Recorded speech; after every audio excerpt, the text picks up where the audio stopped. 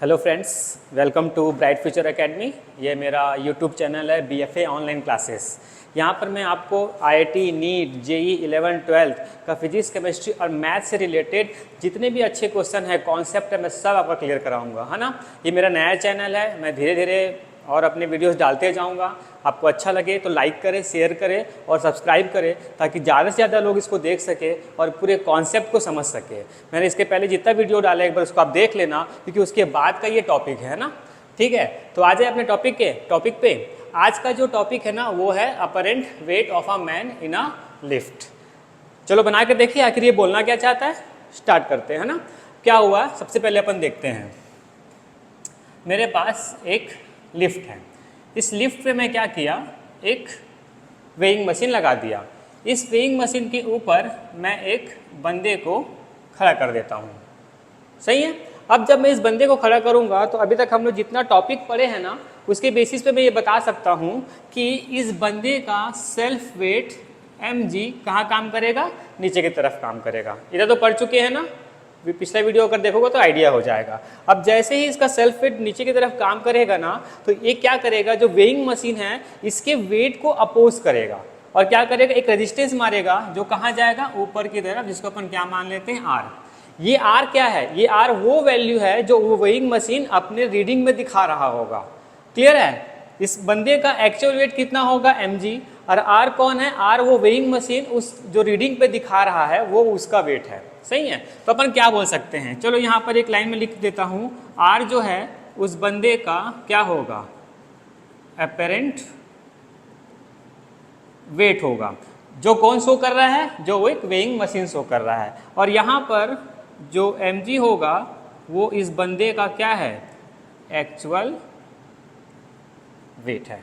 Clear है। अब हम लोग को ये देखना है कि अलग अलग केस अगर अपन बात करते हैं तो इस r की वैल्यू में क्या चेंजेस आता है, ये अपने को यहाँ पर चेक करना है ना। तो चलो स्टार्ट करें। पहले मैं बात करता हूँ केस 1 पे। ठीक है, केस 1 चेक करें। केस 1 पे मैं क्या कर लेता हूँ, चलो एक एक करके ना फिर से डायग्राम सबका बनाते हैं। कोई बहुत बड़ा चीज़ नहीं है, एक दुबला पतला आदमी तो बनाना है। चलो बना दिए।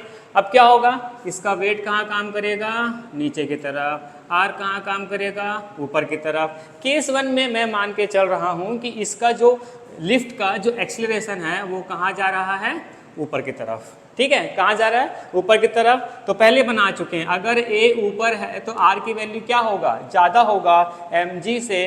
तो हम लोग, ठीक है, चलो फिर भी समझा देता हूँ स्टार्ट से। जो पहली बार देख रहा होगा वीडियो उसको थोड़ा सा समझ में आ जाएगा ना। F इजिकल टू क्या होगा, ma। F क्या होगा, इस बंदे पे लगने वाला फोर्स, वो कितना होगा, R ज़्यादा है mg कम है, तो क्या लिखेंगे, R minus mg equal to ma।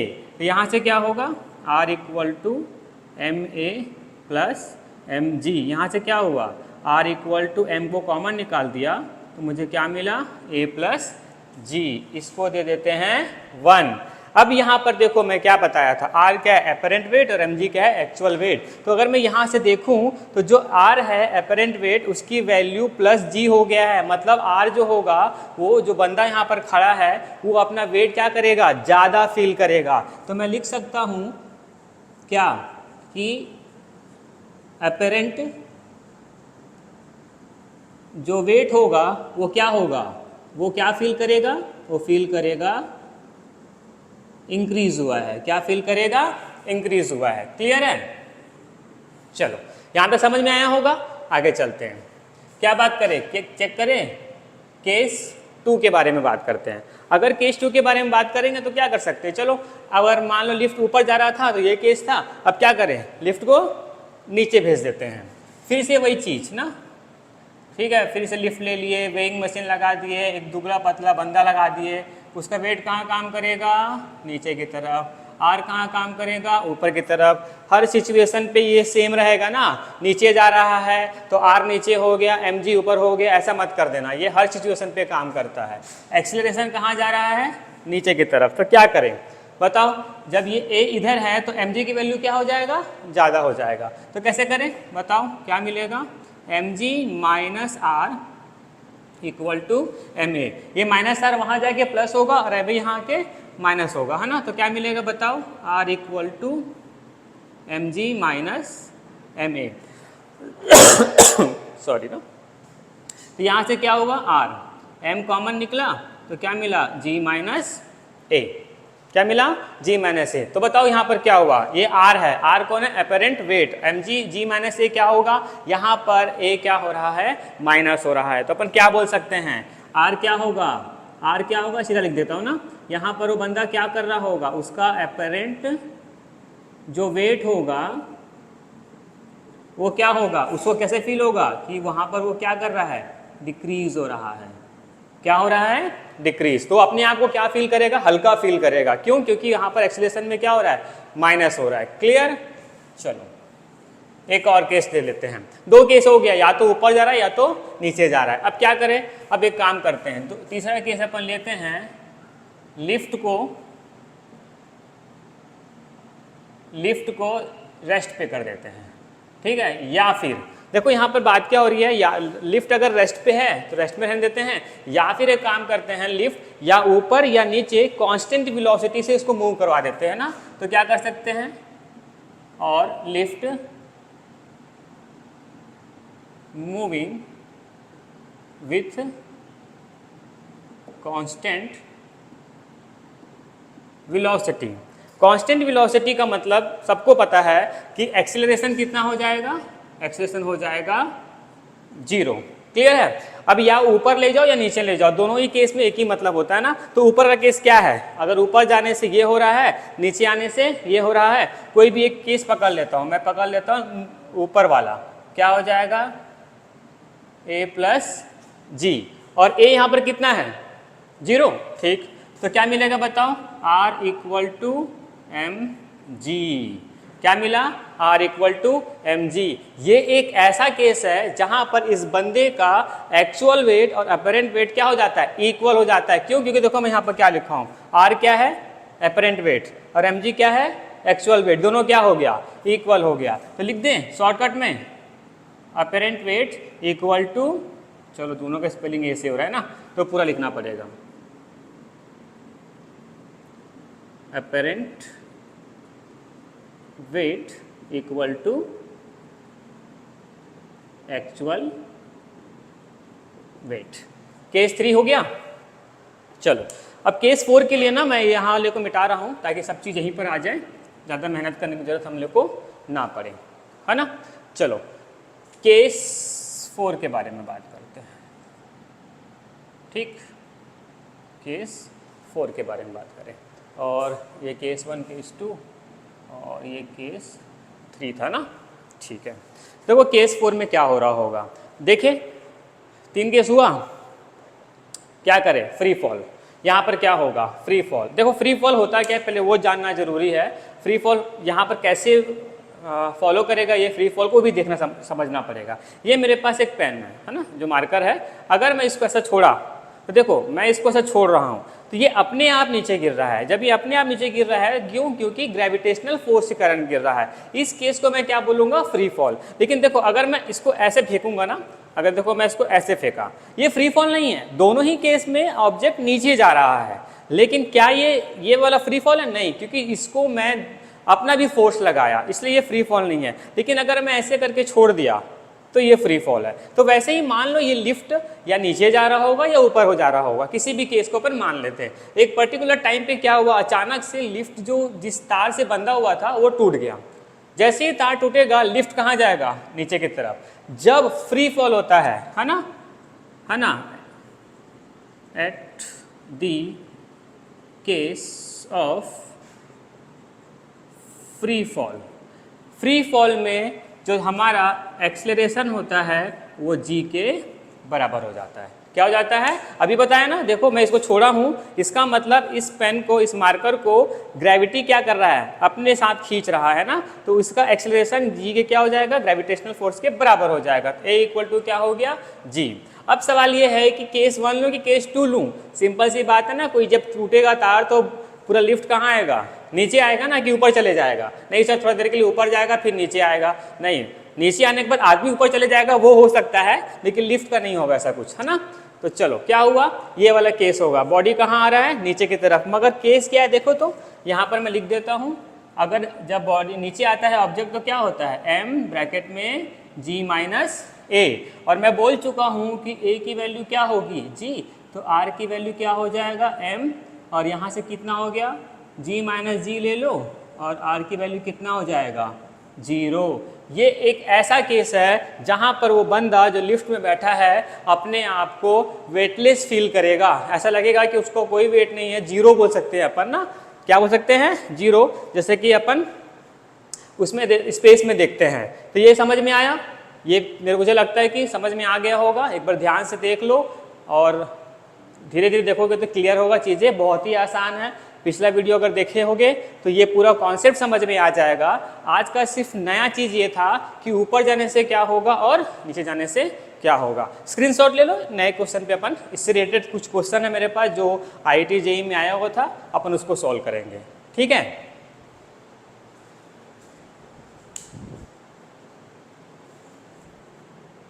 जो कॉन्सेप्ट समझे हैं ना उससे रिलेटेड एक प्रॉब्लम सॉल्व करते हैं ना। प्रॉब्लम क्या है देखते हैं ना, प्रॉब्लम तो बहुत है मगर ये प्रॉब्लम को अपन सॉल्व करके देखते हैं। ये आया था, चलो पहले बना के देखते हैं ना। क्या था, मेरे पास एक लिफ्ट है और उस लिफ्ट में एक स्प्रिंग बैलेंस बोला है ना, ध्यान देना, ये जेई में आया हुआ था, स्प्रिंग बैलेंस बोला है। एक स्प्रिंग बैलेंस है, उसके ऊपर अपन क्या कर दिए हैं, एक हैंडसम सा बॉय को खड़ा कर दिए हैं। अब बोला है कि अगर जब ये लिफ्ट रेस्ट पे था तो इस बंदे का जो मास था ना वो कितना था 60 किलोग्राम। कब, जब उस बंदे का मास, जब ये बॉडी रेस्ट पे था या लिफ्ट रेस्ट पे था तो उस बंदे का मास कितना था 60 किलोग्राम। और बोल दिया है जी की वैल्यू 10 मीटर पर सेकंड स्क्वायर लेने के लिए। अब उसके बाद एक और इसमें केस दिया हुआ है, ये बोल रहा था कि जब लिफ्ट नीचे की तरफ आता है, जब लिफ्ट एक्सीलरेशन 1.8 मीटर पर सेकंड स्क्वायर से नीचे की तरफ आता है तो इस बंदे का मुझे वेट पता करना है। तो चलो भले यूज़ नहीं है लेकिन फिर भी सीखते हैं ना। तो क्या कहानी है, हाँ ये कब आया था 2021 के जेई के एग्जाम में आया हुआ था ना। चलो पहले मैं एक बात बताता हूँ तुमको, चीज़ों को समझो। यहाँ पर क्या हुआ, लिफ्ट है, लिफ्ट में वेग क्या लगा है, वेग मशीन लगा हुआ है, और यहाँ पर बेचारा एक बंदा खड़ा हुआ है। अब बताओ इसका वेट कहाँ काम करेगा, नीचे की तरफ, और रिएक्शन कहाँ काम करेगा, ऊपर की तरफ। जब बंदा या फिर जब लिफ्ट रेस्ट पे होगा तो मुझे क्या मिलेगा, मुझे मिलेगा R = mg। m कितना है 60 और g कितना है 10, तो कितना हो गया 600 न्यूटन। ये इस बंदे का एक्चुअल वेट है। क्यों, क्योंकि यहाँ पर देखो अपेरेंट और एक्चुअल तो सेम हो गया। दूसरा चीज़ क्या है, बॉडी किस में है या लिफ्ट किस में है, रेस्ट पे है। पूछा कहाँ पर है, पूछ रहा है कि जब ये लिफ्ट नीचे की तरफ आएगा 1.8 मीटर पर सेकंड स्क्वायर के एक्सेलरेशन से, तब ये बंदा कितना वेट फील करेगा वो अपने को बताना है। तो ठीक है, यहीं पर ट्राई करते हैं। बताओ ये कहाँ जा रहा है, नीचे की तरफ। जब ये नीचे आ रहा है तो mg बड़ा होगा और r छोटा होगा, तो मैं कैसे लिखूंगा mg माइनस r। बताओ इतना इजी क्वेश्चन पूछा है यार, mg माइनस r = ma, तो यहाँ से r = कितना होगा mg माइनस ma। कुछ बच्चे को तो फॉर्मूला भी याद हो गया होगा, अगर फॉर्मूला याद है इतना लंबा चौड़ा करने की जरूरत नहीं है, बहुत आसान फॉर्मूला है। जब ऊपर जा रहा होगा तो g + a होगा, जब नीचे आ रहा होगा तो g - a होगा। प्रैक्टिस करोगे फॉर्मूला याद हो जाएगा, इतना लंबा चौड़ा जाने की जरूरत नहीं पड़ेगी। फिर भी क्या है, सीख रहे हैं बोल के एक एक चीज़ें बना रहे हैं।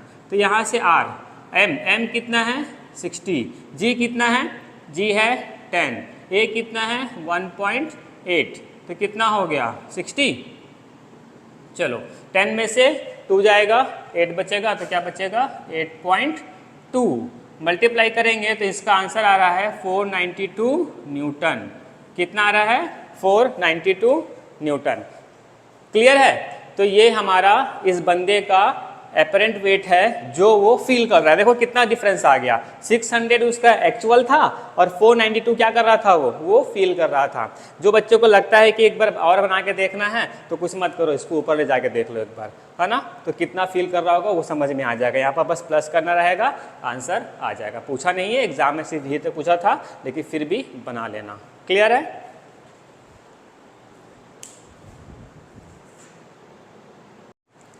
चलो एक और क्वेश्चन है, उसको ट्राई करके देखते हैं ना। एसएल अरोरा का है, अगर चैप्टर पे जाओगे ना तो वहाँ पर मिल जाएगा, अनसॉल्व है, देख लेना, है ना। क्या होता है, बोल क्या रहे समझते हैं ना। हमारे पास क्या है, एक समंदर है। क्या है, एक समंदर है। समंदर में एक बंदा क्या कर रहा है, नाव में घूम रहा था। क्या कर रहा था, नाव में घूम रहा था। अचानक चांदी तूफान आया और बेचारा फंस गया। जैसे ही फंसा तो क्या हुआ, इसको बचाने के लिए एक हेलीकॉप्टर आया। क्या आया, हेलीकॉप्टर आया। ठीक है, मेरा ड्राइंग उतना अच्छा नहीं है, काम चला लो। ये तो जिन का चिराग जैसा दिख रहा है, चलो हेलीकॉप्टर ही मान के चल लो इसको, है ना। अब क्या हो रहा है, हेलीकॉप्टर उसको बचाने के लिए आया। तो देखो यहाँ पर बोला है कि ये जो बंदे का वेट है ना, वो है 70 किलोग्राम। बंदे का वेट कितना है, 70 किलोग्राम। अब इसको क्या करेंगे, एक स्ट्रिंग से खींचेंगे। बोल ये रहा है कि ये जो स्ट्रिंग है ये मैक्सिमम 100 किलोग्राम का वेट सहन कर सकता है। अगर उससे ज़्यादा होगा तो ये स्ट्रिंग टूट जाएगा और बंदा बेचारा कम से कम जो नाव में था अब वो सीधे समंदर में गिर जाएगा। तो अपने को बोल रहा है कि वो एक्सेलरेशन बताना है जिसमें ये सेफली क्या कर सके, उस बंदे को उठा के ले जा सके। और अभी हम लोग ये पढ़ रहे थे कि अगर कोई बॉडी ऊपर जाता है और एक्सेलरेशन के साथ में जाता है तो उसका जो वेट होता है, एपरेंट वेट जो होता है, वो एक्चुअल वेट से ज़्यादा होता है। तो सोचो ना, अगर ये मैं एकदम अरे यार जल्दी घर जाना है, कुछ काम है मेरे को, इसको खींचे उठा के निकाल दिए तो क्या होगा। अगर मान लो एक्सेलरेशन ज़्यादा हो जाएगा, इसका 70 किलोग्राम का एक्चुअल वेट से एपरेंट वेट ज़्यादा हो गया, अगर 100 क्रॉस करेगा ना तो स्ट्रिंग क्या होगा, टूट जाएगा। तो अपने को वो एक्सेलरेशन ढूंढना है जहाँ पर ये बंदे का एपरेंट वेट 100 क्रॉस नहीं करना चाहिए। तो पूरा केस क्या है, पूरा केस ये है कि चलो बेचारे को पहले पानी से बाहर निकाल देते हैं ना। क्या निकाल दिया, पानी से बाहर। इसका सेल्फ वेट कहाँ काम करेगा, नीचे की तरफ। कौन है, mg। ऊपर में कौन है जो खींच रहा है, टेंशन। कौन है, स्ट्रिंग जो बंधा हुआ है ऊपर की तरफ खींच रहा है, और उसका मुझे एक्सेलरेशन निकालना है जो कहाँ जा रहा है, ऊपर की तरफ। अब हम लोग को पता है कि ये अगर ज़्यादा है तो ये प्लस होगा और ये माइनस होगा। तो मुझे क्या मिलेगा, t minus mg equal to ma। फिर यहाँ से क्या होगा, t equal to ma plus mg। फिर क्या किए, m को अपन कॉमन निकाल दिए। क्या किए हम, t equal to m a plus g. थोड़ा यहाँ पर वैल्यू पुट करते समय ध्यान देना कि जो टेंशन है वो किलोग्राम पे दिया है, टेंशन को हम लोग को न्यूटन में बनाना पड़ता है। तो क्या होगा, t कितना है, t हो गया 100 इंटू 9.8 इक्वल m कितना है 70, a कितना है निकालना, और g कितना है 9.8। यहाँ से 100 इंटू 9.8 बाई 70 क्या हो जाएगा, a प्लस 9.8। ये और ये कैंसिल हो गया तो कितना मिला, 10 इंटू 9.8 बाई 7। अब देखो ये प्लस में है 9.8, वहाँ जाएगा तो माइनस हो जाएगा। 9.8 इक्वल टू a। यहाँ से मैं 9.8 को कॉमन निकाल लेता हूँ। देखो इसके बाद का तो कैलकुलेशन है ना, वो जिसका जैसा दिमाग दौड़ रहा है वो ऐसा बनाएगा। हर चीज़ मेरे जैसा बनाने की जरूरत नहीं है, मेरे से अच्छा कैलकुलेशन होगा तुम लोग का, है ना। चलो तो यहाँ से कितना आ गया, ये बाहर निकल गया, कितना बचा माइनस, तो कितना हो गया a। यहाँ पर क्या आ जाएगा 9.8, यहाँ पर आया 10, 7 का एलसीएम निकलेगा, कितना आएगा 7 बाई ये हो गया इक्वल टू a। चलो इतने में अगर अपन बना सकते हैं तो बना लेते हैं। कितना आएगा बताओ, 9.8, 10 में से 7 गया, कितना बच्चा 3 बाई 7 इक्वल टू a। 7 1 जा 7, कितना बचा 2.74 जा, तो कितना आ गया a इक्वल टू 1.4 इंटू 3, तो मल्टीप्लाई करेंगे 14 3 जा 42, तो 4.2 मीटर पर सेकंड स्क्वायर। सोच लो 4.2 मीटर पर सेकंड स्क्वायर से अगर ज़्यादा होगा तो इस स्ट्रिंग इस बंदे का वेट 70 से ज़्यादा हो सकता है। ठीक है, थोड़ा सा साइंटिफिक दिमाग लगाओ, अपना घर में बैठो और एक काम करो, ए की वैल्यू 6, 7, 8 डाल के देखो किस पॉइंट पे, ये अपने मन से है ना। अब देखो क्या हो रहा है ना, जब सीखते हैं ना तो कुछ कुछ करने का मन करता है। तो 4.8 तो सेफली उठाने वाला है ना, तुमको मन कर रहा है कि इसको गिरा ही देते नीचे, तो एक काम करो 6, 7, 8 डाल के देखो और मुझे बताना, हो सके तो मैं बताऊंगा कैसे मेरे से कांटेक्ट कर सकते हो। 4.2 बता रहा है, 6, 7, 8 जिसको जो मन है वो एक्सेलरेशन डालो यहाँ पर और देखो क्या वो टी से ज़्यादा हो रहा है क्या, और किस एक्सेलरेशन पे ये बंदा सच में नीचे गिर जाएगा वो खुद से बताना। खुद की क्यूरियोसिटी बोलते हैं ना, वो होना चाहिए। ठीक है, थैंक यू।